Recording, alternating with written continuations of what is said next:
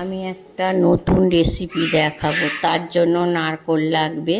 নারকেলটাকে কুড়ে আমি কড়ার মধ্যে দিয়ে আর একটু চিনি দিয়ে দেবো, দিয়ে নারকেলের ছেই করব। ছেই হয়ে গেলে আমি একটা পাত্রের মধ্যে গরম জল করব, গরম জলের মধ্যে নুন দেবো, বেশ কটকটে গরম হবে। আর এদিকে ময়দা নেব, ময়দা দিয়ে এটাকে ভালো করে মাখবো। আর চালের গুঁড়ি দিয়েও করা যায়, যেহেতু আমার শ্বশুরবাড়ি এটা দেখতাম ময়দা দিয়েই করতো। আর এটা আমার বাপের বাড়ি কোনো দিন খাইনি, আমি এখানেই খেয়েছি। আমি আবার ভাবতাম যে এটা কী পিঠে, তারপরে দেখতাম যে খারাপ লাগতো না, যেমন দুধ পুলি হয়, এটা হলো আর কি মুগের ডালের ওরকমই হবে আর কি, দুধটা না দিয়ে।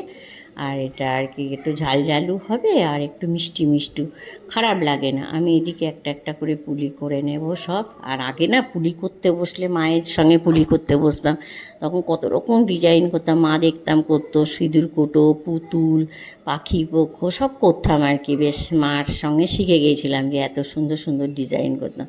এখন খুব একটা ডিজাইন করব না, তাও একটু ছোট বড় একটু সিঁদুর কৌটো মতন আর কি করে নেবো। আর এদিকে আমি মুগ ডালটাকে নিয়ে ভালো করে আর কি ধুয়ে নেবো। আর এদিকে পিঠেগুলো সব করে নিয়ে আমি দেখাচ্ছি পুলিগুলো।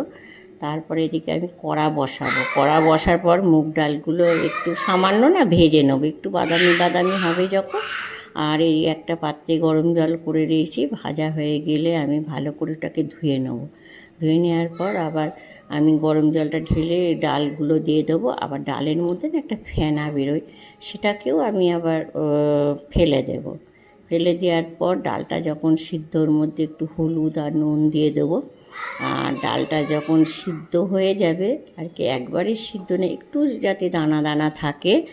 আর আর এদিকে ডাল সিদ্ধ করতে দিয়ে আপনাদের সঙ্গে একটু গল্প করছি আর কি। পিঠেটা খাবেন, যদি কেমন লাগে বলবেন। আমি তো এখানে এসেই শিখেছি, আমার শাশুড়ি বানাতো দেখতাম, খারাপ লাগতো না, এটা ভালোই লাগতো পিঠেটা।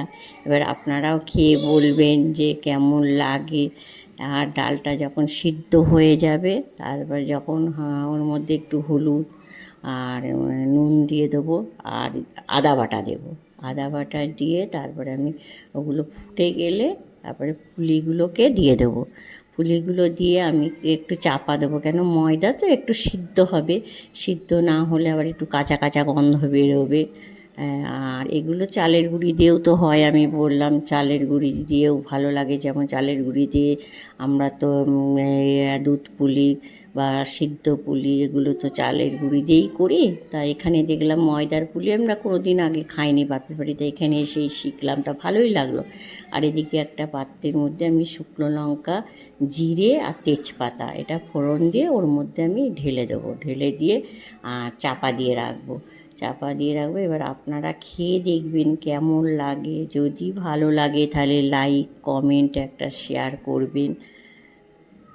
আর দেখুন পিঠেটাকেও কেমন লাগে, আমার তো ভালোই লাগে। এবার আপনাদের কেমন লাগে আপনারা জানাবেন আমাকে, পিঠেটা যে কেমন লাগলো। আপনারাও করে খাবেন।